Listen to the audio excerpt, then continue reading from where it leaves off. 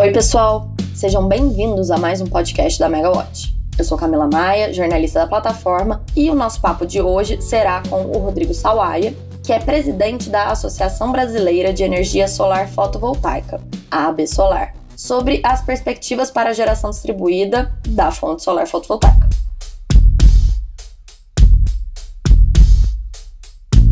No início dessa semana, a GD Solar atingiu o importante marco de 4 GB de potência instalada. Isso representa um crescimento acumulado de 90,5% no ano até agora, mesmo sendo um ano de crise econômica mundial causada pela pandemia do Covid-19.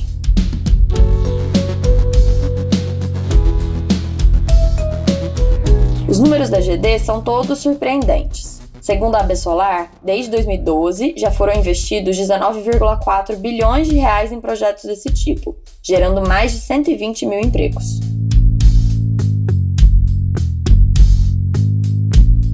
A conversa com o Rodrigo Sawaia foi mais uma vez gravada à distância, já que ainda estamos seguindo as medidas de isolamento social para conter o avanço da pandemia. Espero que vocês aproveitem.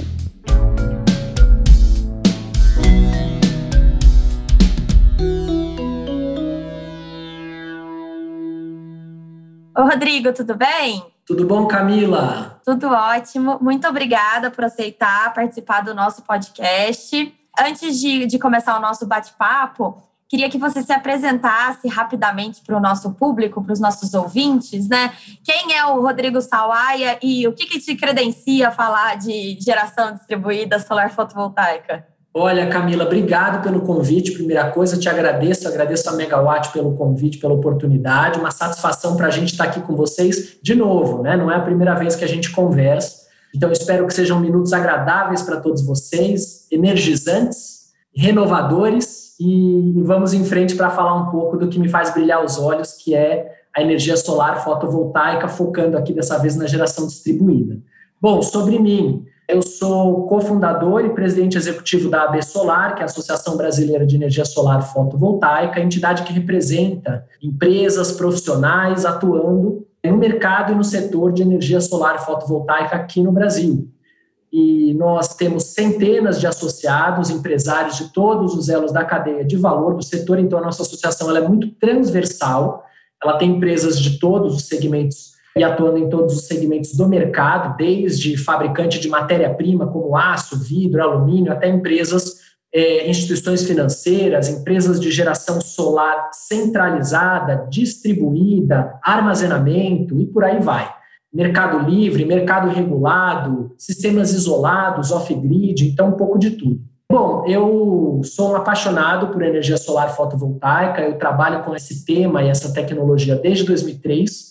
Naquela época, no Brasil, a gente ainda não tinha um mercado pujante, como a gente vê hoje, no setor solar fotovoltaico. A grande bandeira que era levantada partia da academia, né, no uso dessa tecnologia.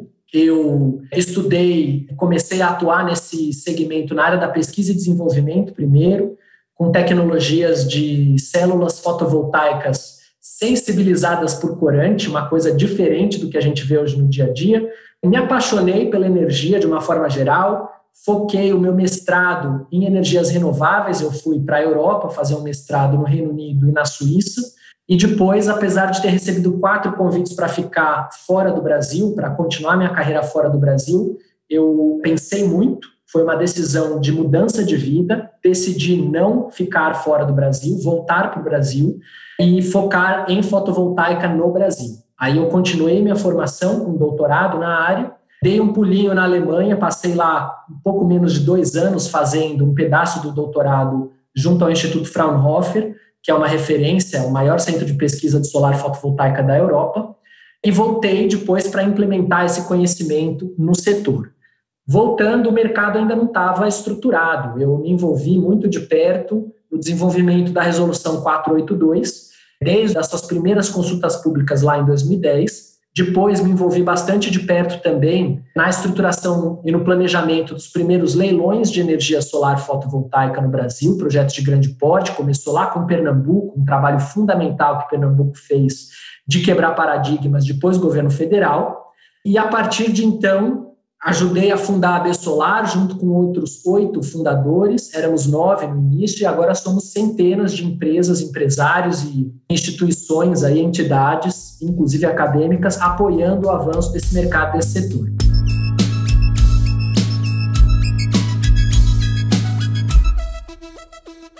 Essa semana vocês estão com uma informação muito boa, que é esse marco dos 4 gigas instalados de geração solar distribuída. E é curioso, né? Porque a gente pensa que os projetos de GD são de menor porte e a geração centralizada é maior. Mas eu estou com alguns dados aqui da ANEEL e a geração centralizada a gente tem 3,1 gigas em operação. E na distribuída a gente tem 4, né? Um marco importante para vocês, eu imagino. Um marco super importante, a gente está feliz com esse passo adiante. Cabe dizer que essa mudança, com uma participação maior da geração distribuída frente à geração centralizada, essa virada aconteceu esse ano. Até o ano passado, a gente teve, em especial 2017, 2018 e também no ano de 2019, foram os anos em que a solar começou a crescer mais. Antes disso, só para dar um referencial, até 2016, toda a solar fotovoltaica no Brasil tinha menos de 100 megawatts. Toda, somando geração distribuída, centralizada. Então era pouca coisa. A partir de 2017, 18 e 19 começou a crescer mais, em especial por conta dos leilões, mas agora em 2020 a distribuída deu uma virada e assumiu a dianteira em termos de segmento de mercado em relação às usinas de grande porte. Isso naturalmente é mérito da geração solar distribuída, mas cabe dizer também que a centralizada a gente teve ali um obstáculo no caminho, que foi o cancelamento dos leilões de 2016. Em decorrência disso, gerou ali uma lacuna de projetos que entrariam em operação justamente em 2019 e 2020. Então, isso deve ser recuperado mais adiante, por isso essa corrida, ela é uma corrida que acontece em paralelo, os segmentos não competem entre si diretamente, pelo contrário, eles têm sinergia e se apoiam, Camila. Quando o mercado avança de um lado, isso gera massa crítica, gera mais profissionais, ajuda a fazer a redução de custo na logística, uma série de ganhos conjuntos em que a solar distribuída e centralizada se apoiam, mas é provável que a gente veja em anos futuros a centralizada também recuperar um pouco desse espaço, tá? Legal, muito interessante isso, essa análise que você faz. E se a gente pensar que em 2020 a GD Solar deu esse salto de quase 100%, mesmo com uma pandemia que afetou investimentos, causou problemas de logística, de importação de equipamentos. Se não fosse essa crise, a GD teria crescido mais ainda? Teria crescido bem mais. A gente vê, Camila, projeções da Besolar do início do ano eram de que a gente atingiria o final de 2020, num cenário sem pandemia, atingiria um crescimento anual de 4 gigawatts, somando distribuída e centralizada. E o nosso levantamento mostrava que a grande parcela dessa adição de potência viria, sim, da geração distribuída. A gente tinha uma expectativa de que seriam mais de 3 GB de distribuída, quase 3,4 GB, frente a 600 megawatts descentralizada. Mais ou menos essa ordem de grandeza. A pandemia impactou isso profundamente. A geração distribuída é uma decisão direta do consumidor e os consumidores, no momento de crise, incerteza, insegurança do mercado e da vida das pessoas, naturalmente toma uma postura conservadora, congela investimentos que não são fundamentais ou prioritários naquele momento, ou seja, aquilo que não é comida, aquilo que não é remédio, né? No curtíssimo prazo as pessoas, as empresas congelaram, mas agora a gente já percebe também uma outra característica muito importante da solar, Camila, que é a resiliência. E no caso do setor fotovoltaico, essa recuperação ela está sendo claramente em V. A retomada está sendo muito forte, muito intensa e positiva, ajudando inclusive o Brasil a sair dessa crise com mais agilidade, né? Atraindo investimento, gerando emprego de qualidade de forma distribuída nos municípios brasileiros e ajudando também a gente a gerar indiretamente arrecadação para recompor o caixa dos governos, que foi muito pesadamente impactado aí por todos os custos que a pandemia trouxe na saúde e também a redução de movimentação econômica. Então, para fechar essa fala, eu digo o seguinte: se eu dissesse para você de um setor que em plena pandemia, né, no ano de 2020, cresceu mais de 50% frente a tudo que tinha instalado no histórico até 2019, você ia achar que eu estou falando de quem fabrica álcool gel, máscara de proteção ou medicamento. Não, com certeza. Pois é, por incrível que pareça, não foram só esses setores, mas a solar fotovoltaica já cresceu mais de 50% e o ano ainda não acabou.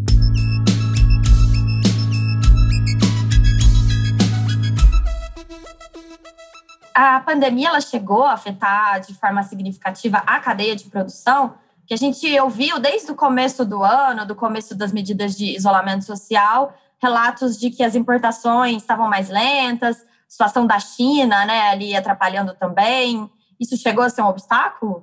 Sim, em especial no começo, isso gerou uma certa preocupação, apreensão pelo setor, mas eu diria que o Brasil, nesse sentido, ele teve algumas vantagens, Camila. Nós tínhamos uma expectativa de um ano muito positivo e, por conta disso, muitas empresas fornecedoras, sejam eles distribuidores, fabricantes, ou seja, as empresas que fornecem os equipamentos, elas estavam com estoques robustos.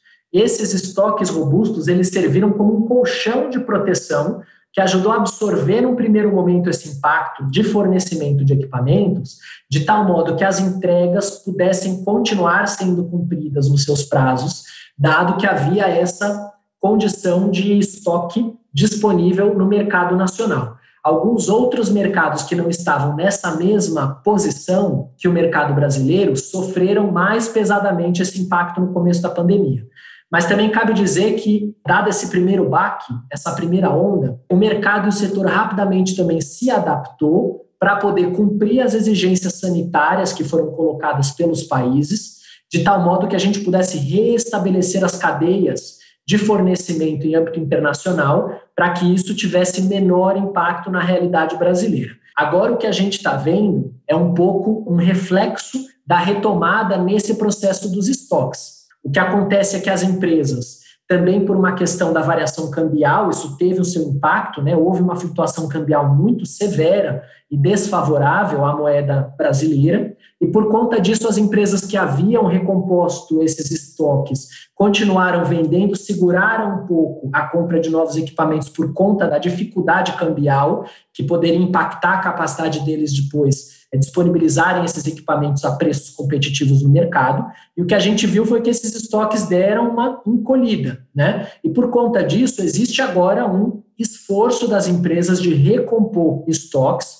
a preços competitivos, porque a demanda está voltando muito rápido. Esse V, como eu mencionei, é uma curva bastante acelerada, uma subida acelerada, e os estoques estão começando a esvaziar. Esse é um processo que a gente observa, né, sazonal também, de tendência em alguns momentos do mercado, e a gente está, então, numa fase um pouco mais de baixa agora, e as empresas estão se preparando para fazer essas negociações em escala, recomposição de estoque, para poder deixar tudo isso bem equacionado.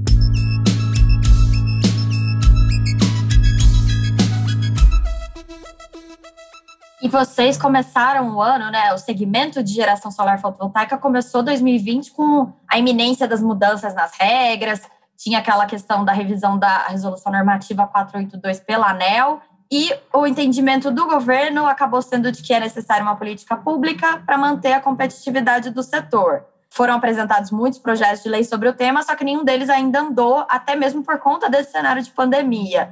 Qual que é a expectativa de vocês em relação a isso? Tem algum projeto de lei que seja o preferido, que tenha a expectativa de realmente andar? Excelente pergunta, Camila. Você descreveu a situação bem. No final do ano passado, a gente teve uma temperatura que subiu demais, eu diria até demais. Em alguns momentos, quando se debatia a revisão ali da Resolução Normativa 482 e o futuro da geração distribuída. Houve uma sensibilização profunda do Congresso Nacional que tomou para si a responsabilidade de construir um marco legal. Isso é importante da gente entender. Quer dizer, o tema ele saiu apenas da esfera de debate regulatório e se tornou uma esfera de política pública, de discussão de que futuro nós queremos para a energia solar no Brasil, em especial aqui quando a gente olha a geração solar distribuída. Obviamente, as outras fontes renováveis também participando desse marco legal. E aqui, se num primeiro momento isso foi um ponto de atrito, eu observo isso agora muito pela ótica da oportunidade. Na verdade, a gente tem a oportunidade de construir as bases de longo prazo com estabilidade, com previsibilidade, com continuidade e com equilíbrio de tal modo que a gente tenha o avanço da geração distribuída pensando no horizonte de décadas. E a expectativa, quando a gente olha o planejamento, quando a gente olha as projeções internacionais dos analistas de mercado, a expectativa ela é bastante importante para a geração solar distribuída. Então, a gente precisa desse marco legal. Bom, a expectativa era de que isso pudesse avançar a partir de projetos de lei. Veio a pandemia, isso congelou todo esse cenário, mas agora, com a retomada de ações no Congresso Nacional, e eu queria destacar que a medida provisória 998 de 2020, a chamada MP do consumidor, que é uma medida provisória do setor elétrico e que recebeu, dentre as suas 205 emendas, recebeu 11 emendas que falam explicitamente de geração distribuída, mostrando a relevância desse tema para o Congresso Nacional. E isso é muito oportuno. A medida provisória, no nosso entendimento, ela é o veículo correto, adequado e ideal para que a gente consiga, num processo democrático e consensuado, construir as bases para esse marco legal da geração distribuída, garantindo em lei o direito do consumidor de gerar e consumir a sua própria energia limpa e renovável localmente. A gente sabe que há um interesse muito grande do Ministério de Minas e Energia de que esta medida provisória não caduque, de que ela seja efetivamente deliberada, transformada em lei e sancionada pela Presidência da República, e a gente entende que é sim oportuno e positivo incorporar nesse debate o marco legal da geração distribuída. A gente conta aí com o apoio de todo o setor elétrico brasileiro para a gente levar esse debate adiante. Nesse sentido, para finalizar esse ponto, cabe dizer que das 11 emendas que foram apresentadas, 10 emendas elas são favoráveis, elas apoiam o desenvolvimento e o crescimento da geração distribuída, e uma única emenda é desfavorável à geração distribuída.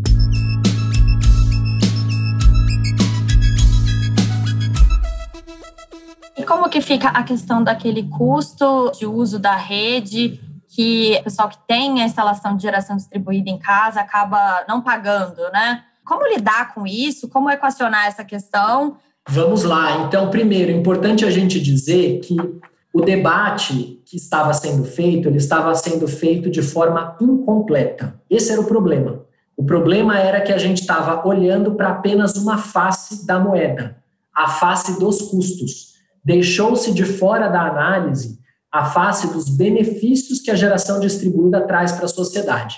E por conta disso, é totalmente incompleto você dizer que existe algum tipo de custo ao consumidor da geração distribuída se você não olha tudo que a geração distribuída ajuda o consumidor a economizar. É como você olhar para uma refeição e pensar que ela é um custo e, consequentemente, você não deve comer mais, porque isso prejudica a sua conta bancária. O que vai acontecer é que você vai morrer de fome, porque a comida não te traz apenas esse benefício, você deixar de comer, esse benefício na conta bancária, mas a comida te traz nutrientes, ela te traz uma série de outros benefícios imprescindíveis para a sua existência. Então é a mesma coisa na lógica da geração distribuída. Existem custos? Vamos olhar para os custos, mas a gente tem que olhar para benefícios, até porque eles superam os custos em muito. Então eu poderia dizer, Camila, que existe sim um conjunto de benefícios maior que os custos que deveria ser remunerado pelo setor elétrico aos consumidores que proporcionam esses benefícios, inclusive benefícios ambientais. E isso, além dos sociais e além dos benefícios econômicos. E isso não está sendo feito. Então, para a gente olhar de forma abrangente e buscar soluções adequadas, a gente pode olhar para bons exemplos internacionais. A AB Solar tem trazido o exemplo e o caso da Califórnia, nos Estados Unidos, um estado que é referência no mundo no uso da energia solar fotovoltaica, que tem só o estado da Califórnia muito mais sistemas do que o Brasil inteiro, do ponto de vista de número de sistemas fotovoltaicos e também potência instalada de geração distribuída solar fotovoltaica. E o que falta efetivamente, que foi feito lá, foi um processo pensando transição em etapas. Então, essas regras que nós temos no Brasil, que estão funcionando muito bem, obrigado, essas regras elas podem ser mantidas por um período, por um prazo, até que se atinja.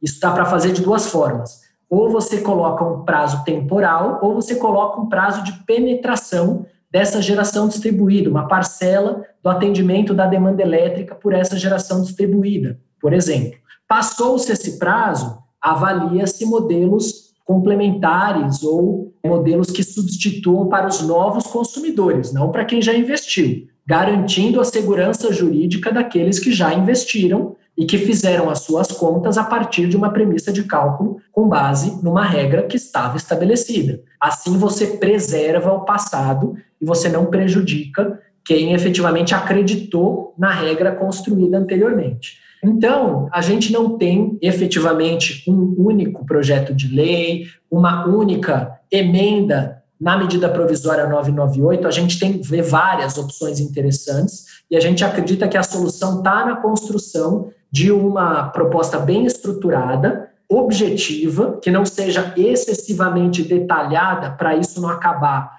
engessando a lei, mas que dê o norte e dê as diretrizes fundamentais para que depois o regulador, que precisa aí sim fazer uma série de outros trabalhos importantes, possa avançar e estabelecer as diretrizes regulatórias a partir de um marco legal estável, previsível e definido pelo Congresso Nacional. Então, a gente acha que esse é um caminho positivo e que, se esse caminho for percorrido, a medida provisória ela deve ser totalmente aprovada, veja só, até o início mais ou menos de fevereiro, considerando aí os recessos parlamentares e final de ano e tudo mais. Então, até o início de fevereiro. Quer dizer, não seria fantástico para todo o mercado, para os investidores, para os empreendedores, para todos os agentes do setor elétrico e também para o regulador, que a gente pudesse já ter essa clareza de um marco legal estabelecido ainda no começo do ano que vem? Eu acho que seria excelente. Então, para isso, a gente tem aí uma enorme oportunidade, que é a medida provisória 998 de 2020.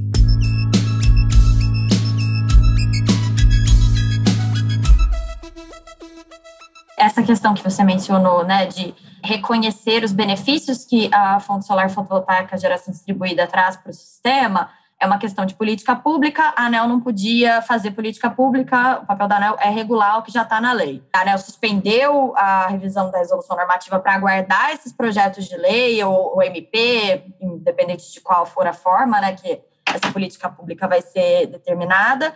Mas, enquanto isso, vocês mantêm algum diálogo com o regulador? A regulação a partir dessas leis, ou então a partir das emendas, já tem algum tipo de discussão que a gente já possa vislumbrar o que vem por aí para o futuro da geração solar distribuída? Bom, a pergunta é muito boa. Primeiro, dizer que a ABSolar mantém diálogo com o regulador, com certeza. Inclusive, a gente acredita no diálogo como caminho da construção de soluções. Então, nós estamos em contato com a diretoria, nós estamos em contato com superintendências, com as equipes, com os profissionais técnicos da ANEEL, que são bastante qualificados, para que a gente possa, juntos, trabalhar a construção de próximos passos. E, nesse sentido, Camila, nós temos muitas questões importantes que precisam ser levadas em consideração no âmbito regulatório, para além da questão do marco legal que precisa acontecer no Congresso Nacional. Então, a gente tem hoje, além da Resolução 482, a gente tem um PRODIST. Esse PRODIST tem uma série de diretrizes técnicas a respeito da instalação de sistemas de geração distribuída na rede e estabelece normativas de referência que precisam ser seguidas pelas distribuidoras, pelos empreendedores, pelos diferentes agentes consumidores, diferentes agentes do mercado. Existe muito o que se aprimorar nesse âmbito também infralegal, no que diz respeito ali às diretrizes. A gente vê hoje descumprimentos de prazos crônicos e recorrentes, por isso a ABSolar, inclusive, mantém e submete mensalmente para a ANEEL um levantamento amostral de problemas com as distribuidoras. Esse levantamento é apenas uma amostra de um universo enorme de problemas que os consumidores têm tido com as distribuidoras, e o maior deles é o descumprimento de prazo. É prazo para emitir parecer de acesso, é prazo para fazer vistoria, para trocar medidor, que são descumpridos de forma assim recorrente. Então, é fundamental que haja fiscalização por parte da ANEEL sobre as distribuidoras, ou também por parte dos reguladores estaduais conveniados com a ANEEL, quando ela assim o determina. Então, que ela faça essa interação e cobre o cumprimento das regras. E também a gente percebe uma série de aspectos, questões e desafios que não estão ali escritos, as soluções deles não estão explicitamente escritos na letra da regulamentação, e conforme a geração distribuída continuar avançando no Brasil, e essa é a tendência inexorável, essa interação do setor fotovoltaico com a ANEEL, com as distribuidoras, ela vai ser cada vez mais frequente, isso é normal. A gente tem que encarar isso tudo com normalidade e manter uma interlocução e um diálogo construtivo e propositivo para estruturar as soluções para os desafios que nós todos enfrentaremos. Porque todos queremos o mesmo resultado, que é um setor elétrico cada vez mais competitivo, cada vez mais sustentável e que atenda cada vez mais a necessidade dos brasileiros. Estamos todos aqui com esse mesmo norte, tenho certeza disso, seja a B-Solar, o setor solar fotovoltaico como um todo, sejam a própria ANEEL, o regulador, e também as distribuidoras. É para lá que a gente tem que caminhar.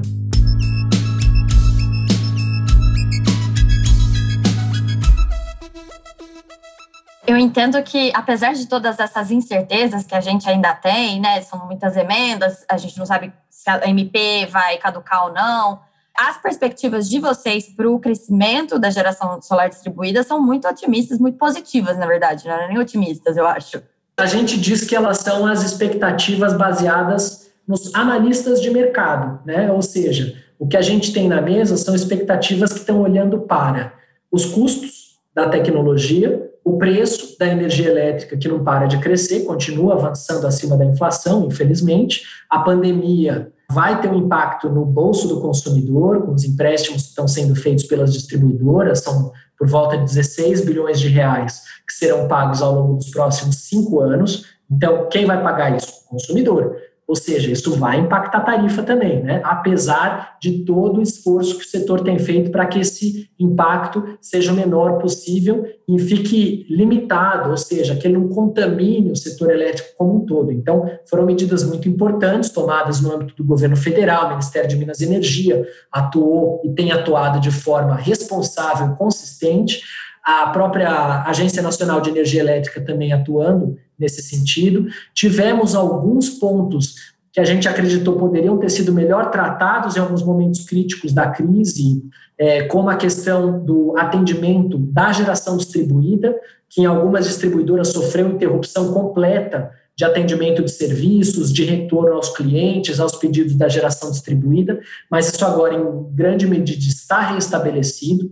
Agora, o que a gente vê olhando para frente é um horizonte de boas possibilidades. É um horizonte, a partir, vamos falar já de 2021 adiante, em que a geração distribuída continuará com essa tendência de um maior interesse da sociedade. A taxa básica de juros, agora no patamar baixo de referência, ela vai levar a 2 impactos importantes a favor do avanço da geração distribuída. O primeiro deles é que os consumidores vão ter acesso a crédito a custos mais acessíveis. O segundo deles é que os investidores, inclusive pessoa física, mas também pessoa jurídica, que antes encontravam opções de investimento de baixo risco com retorno acima da inflação, já vão ter mais dificuldade de atingir esse mesmo critério, dada a taxa básica de juros que nós temos agora. Então, eles vão buscar novas oportunidades de investimento, mais relacionadas com a economia real. E aí, a energia solar fotovoltaica, seja na distribuída, mas também na centralizada, aparece como uma grande oportunidade, porque está se tornando cada vez mais competitiva. Então, ela traz retornos atrativos. A gente observa nessa tendência um horizonte bom, somado a esse horizonte tem um esforço global, e a gente acredita que isso já está se refletindo na realidade brasileira, também junto aos estados e aos municípios em âmbito subnacional, um esforço global de caminhar para um planeta com emissões de gases de efeito estufa neutralizadas no longo prazo. É para lá que a gente tem que avançar como sociedade para evitar os maiores impactos do aquecimento global, das mudanças e da crise climática que a gente vive atualmente. Então, por isso, é um cenário que está mostrando que a tendência da solar fotovoltaica, que já é um presente, vai se tornar cada vez mais visível nos próximos anos.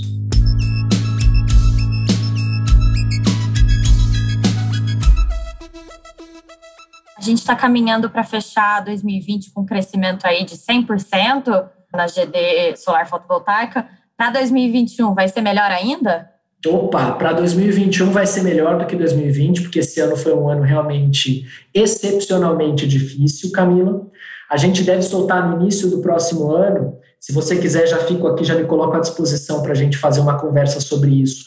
As nossas projeções, tá? Então, elas ainda não estão prontas, mas a gente costuma soltar elas já no início do próximo ano. Normalmente, a AB Solar, tirando, claro, a ocorrência de pandemia, costuma ter um bom resultado das suas projeções. Quem sabe a gente possa repetir esse bom histórico em 2021. E a gente sim acredita que vai ser um ano bastante positivo para o mercado e para o setor.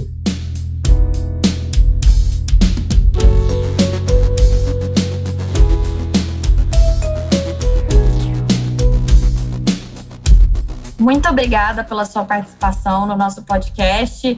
Então, no começo do ano que vem, a gente se fala de novo para vocês acertarem aí as previsões de crescimento de 2021. Obrigado mais uma vez pelo convite. Com prazer, contem com a gente aí para 2021. E a gente espera que cada vez mais vocês consigam acompanhar esses avanços positivos da fotovoltaica na distribuída e também na centralizada. Contem com a gente para isso. Bacana, Rodrigo. Muito obrigada.